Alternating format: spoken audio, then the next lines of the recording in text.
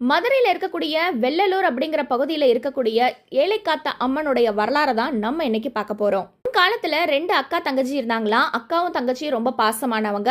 அவங்களுக்கு ஒரு சின்ன குறை இருந்தது. அக்காக்கு 6 குழந்தைகள் பிறந்தது. ஆனா தங்கச்சிக்கு குழந்தை பாக்கியமே இல்லை. ஆனா தங்கச்சி அதை பெருசா எடுத்துக்காம அக்காவோட குழந்தைகளை பார்த்து ரொம்பவே சந்தோஷம் அடைஞ்சிட்டு இருந்தாங்களாம். ஆனா தங்கச்சி அக்கா குழந்தைகளை பார்க்கறது அக்காக்கு கொஞ்சம் கூட பிடிக்கல. தங்கச்சி வரதை பார்த்து 6 குழந்தைகளையும் ஒரு கோழி கூடைக்குள்ள போட்டு மூடி வச்சுட்டாங்களாம். ஆனா அதை பார்த்த தங்கச்சிக்கு மனம் வருந்தி போய் முருகன் கிட்ட போய், ஐயா எனக்கு இப்படி ஒரு குறையான அழுது மன்றாடினாங்களாம். அக்காக்கு காத்திருந்தது அதிர்ச்சி. அந்த கோழி கூடையை திறந்து பார்த்தா குழந்தைங்கள் அங்க இல்ல, கல்லா இருந்துதான்.